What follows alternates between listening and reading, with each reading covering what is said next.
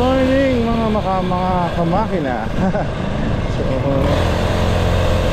sana naririnig nyo, no? Kasi medyo maingay yung bagong motorized bike natin ngayon. Dahil bago nga ito. So, mamaya i-review ko itong para sa inyo. Kung naalala nyo yung aking dating Moto BMX, ito, same concept nito, pero naka 3-speed na transmission na siya. So meron siya primera, segunda, tercera. So doon sa unang video nakita nyo, so narinig nyo, nag-shift ako. So ngayon, punta tayo sa Danghari. Ayan. Ayan, segunda.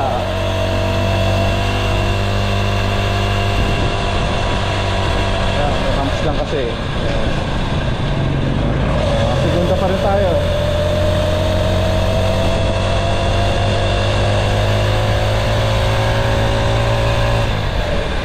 Tercera.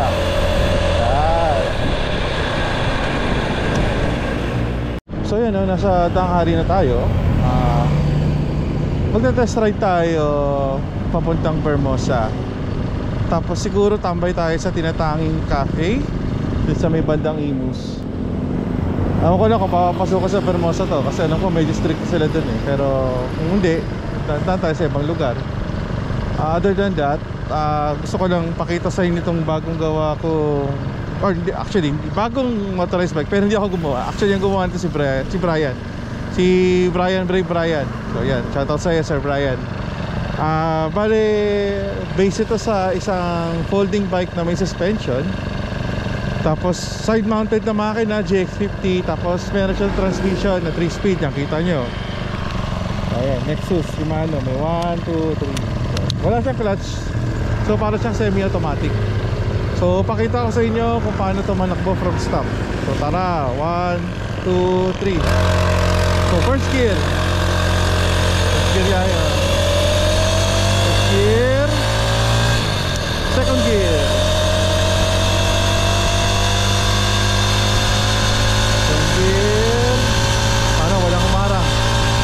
Third gear. Yun. So ito, hindi ko pa nakakompute ang top speed. So actually yun ang gagawin ko ngayon. So meron akong GPS. Check natin.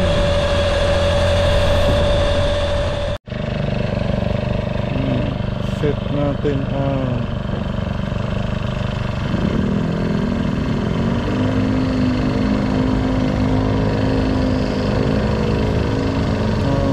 speedometer. Natin. Tapos lagay lang natin sa loob ng bag. Wala kasi akong cellphone holder eh. So again, primera tayo. Sana ma-record.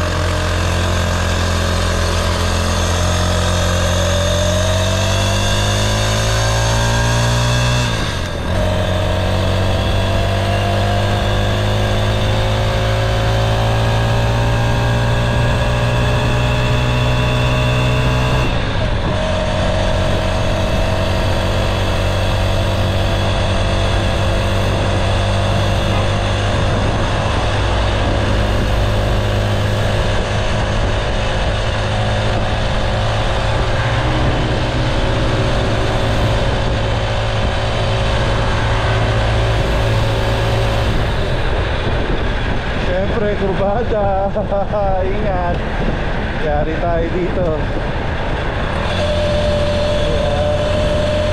Ito malusog. Kaya hindi ako mag-aanya dito. Daya ito eh. Tipid na rin sa gas.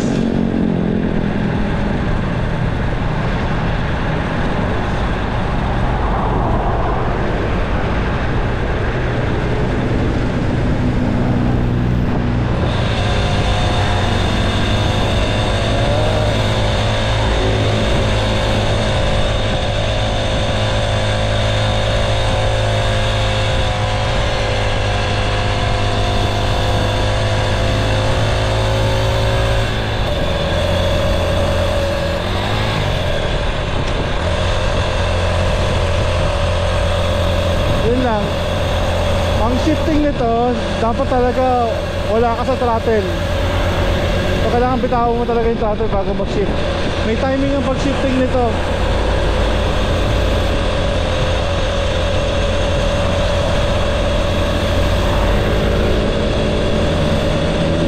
Ito yung magulong stoplight dito sa Dangare. Yan. In fairness, smooth siya. So umpisa may vibration pag umarangkada, pero pag nakarekta na, nakatersera ka na, ang ganda, smooth ang ride. So sana naririnig nyo ako kasi ang problema lang dito, ang ingay ng kadena nito. Kasi naka big chain ito, yung mga ginagamit sa sa stand-up scooter. So di pa maisip paano kung gagawin ni Sir Brian kung paano mapatahimikin to. Siguro gagamit ng 415, pero mahirap maghanap ng tamang sprocket para doon eh. So yun, so for now ito muna. So far enjoyable naman, yung ingay lang talaga.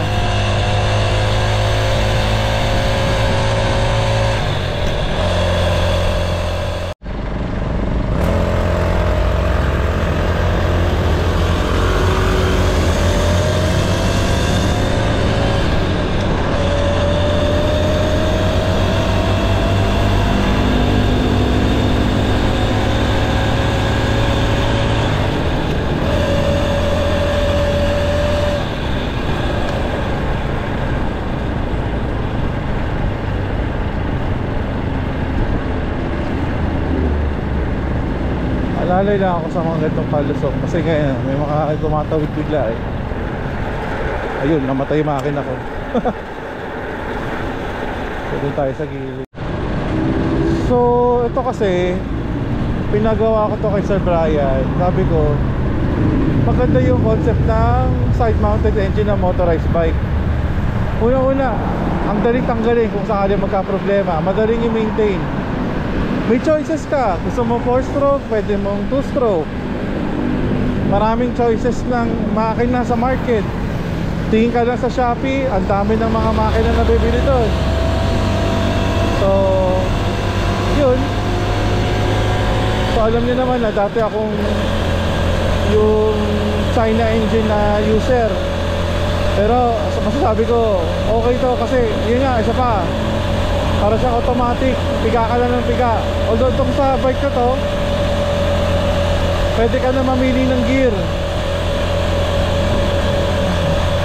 So meron akong primera, segunda, tercera. So laking tulong kahit pa paano.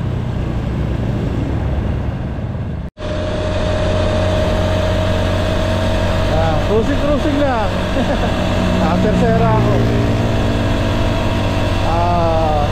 Siyempre, makina ko 50cc lang. So wala ko expect masyadong performance dito. Pero sa akin kasi chill lang, diba? Kaya nga ka nag-motorized bike eh. Chill ride lang. So far, nakikita ko lang problema dito, preno. So kailangan mag-ingat talaga ako. Hindi ko pa ma-figure out kung paano ko palalakasin ng preno nito eh. Kung nakikita nyo, naka-dual brake lever ako. Ibig sabihin, isang brake lever lang nag-actuate sa dalawang brake caliper ko. Bale ito, naka-disc brake pala ito. Naka-disc brake to na malalaki ito, 203mm na rotor.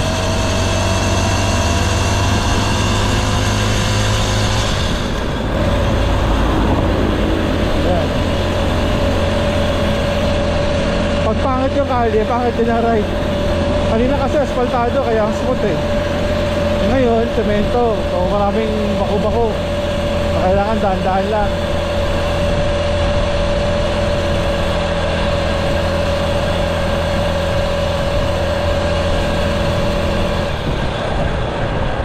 Ito pa yan. Ayun, yung preno ko. Ang ganda lang to sa preno na to, may handbrake, itong button na to. So, yun. Pag naka-park, hindi masyado gagalaw-galaw. Ingat lang.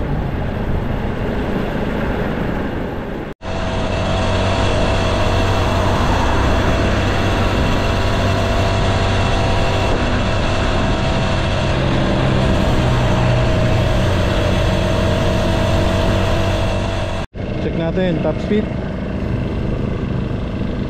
Top speed, kita nyo 50. Not bad. Not bad. 50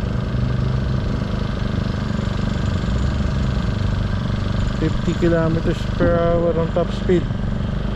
Average 30.6. So yeah, ano na natin, top speed nito 50 tercera.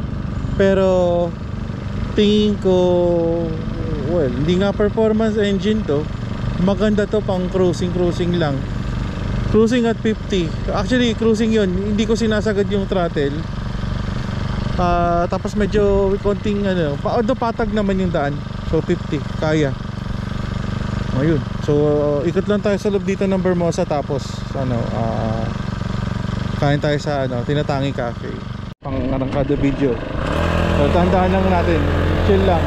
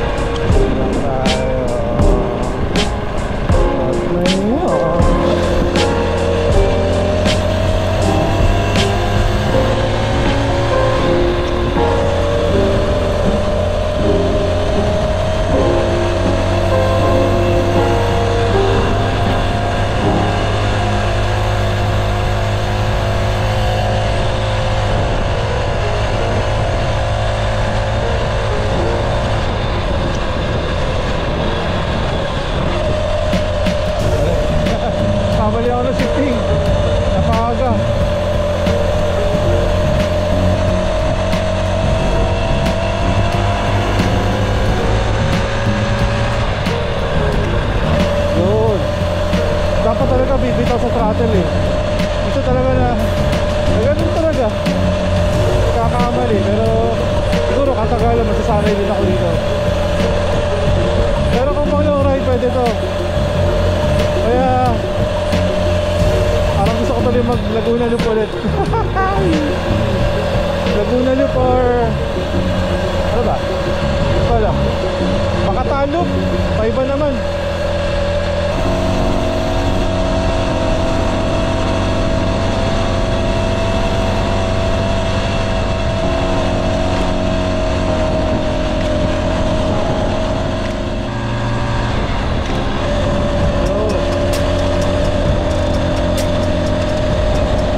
Din tayo sa throttle. Napahod to.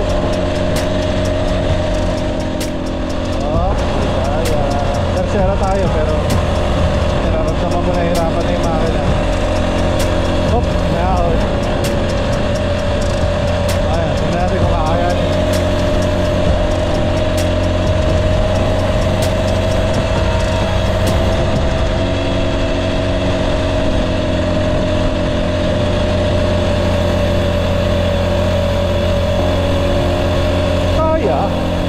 Okay, mababa lang naman yan.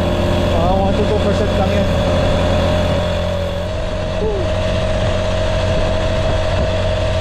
Tercera cruising.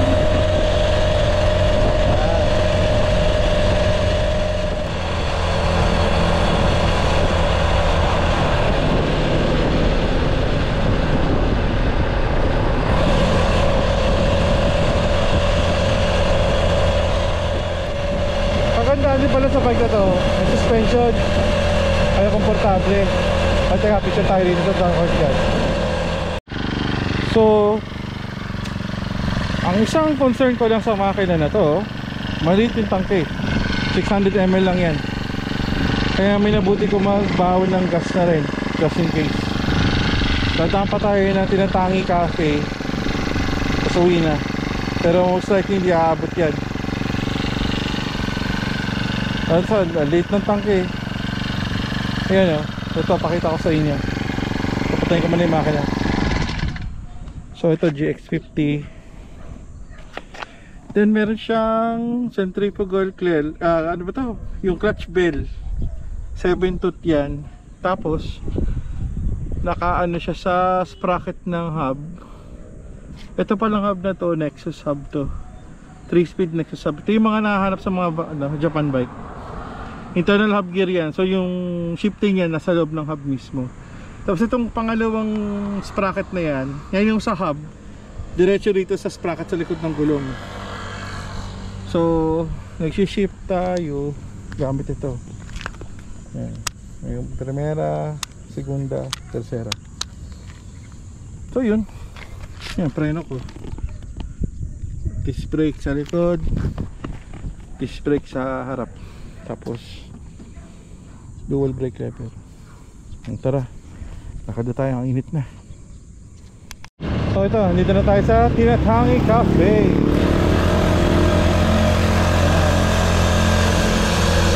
Tayo ito.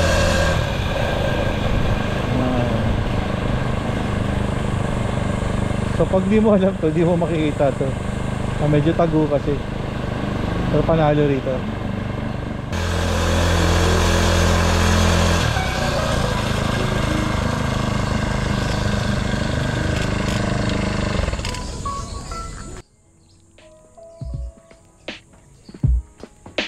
Ice to bar hot. Hot. Dali. Hot drink. Best seller po yung caramel macchiato tinatangi natin. Ano? Caramel macchiato ay tinatangi natin. Tinatangi natin po Spanish latte. Sige, wait lang.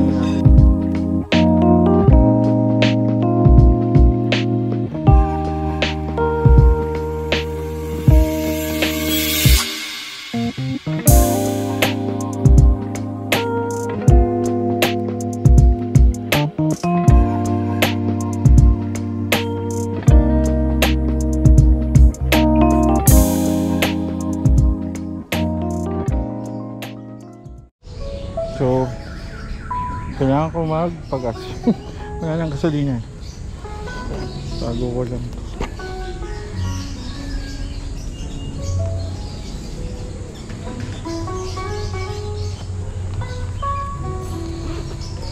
So, may baon akong gas. Ay.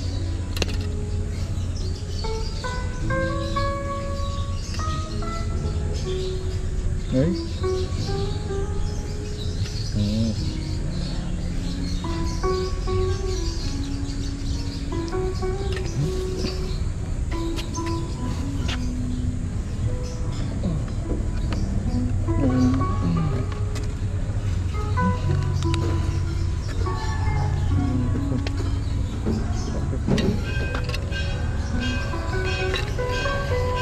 Ito ang problema.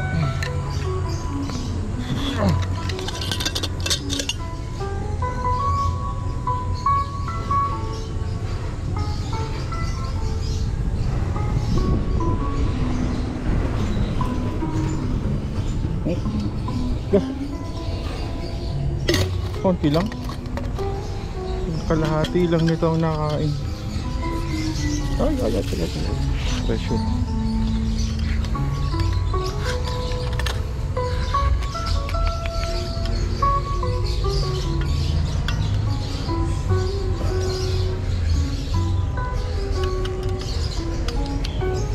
Puno ako ng gas sa kamay.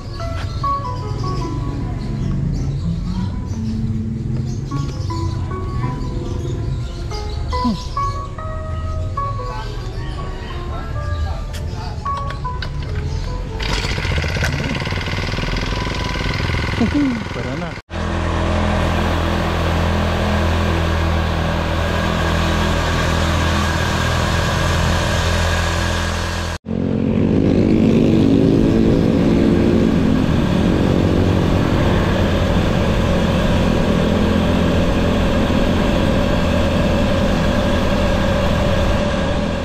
So yun, testing natin sa ahon na to. Yung part na to ng Danghari, kita nyo naman yung mga sasakyan, no? Medyo nakatingala. So alam ko, siguro mga nasa 5 to 6% din to eh. So subukan natin. So from dead stop, primera tayo.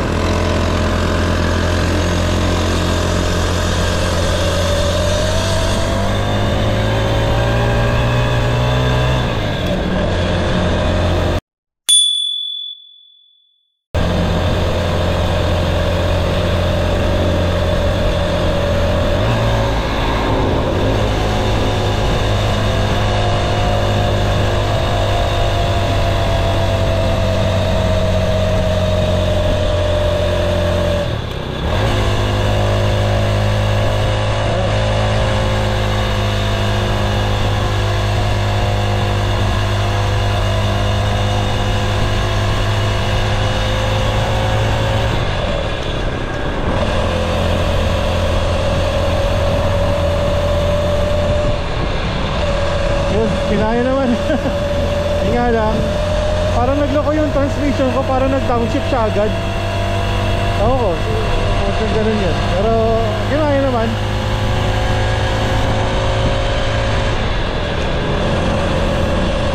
Susi. Ano naman, crossing to.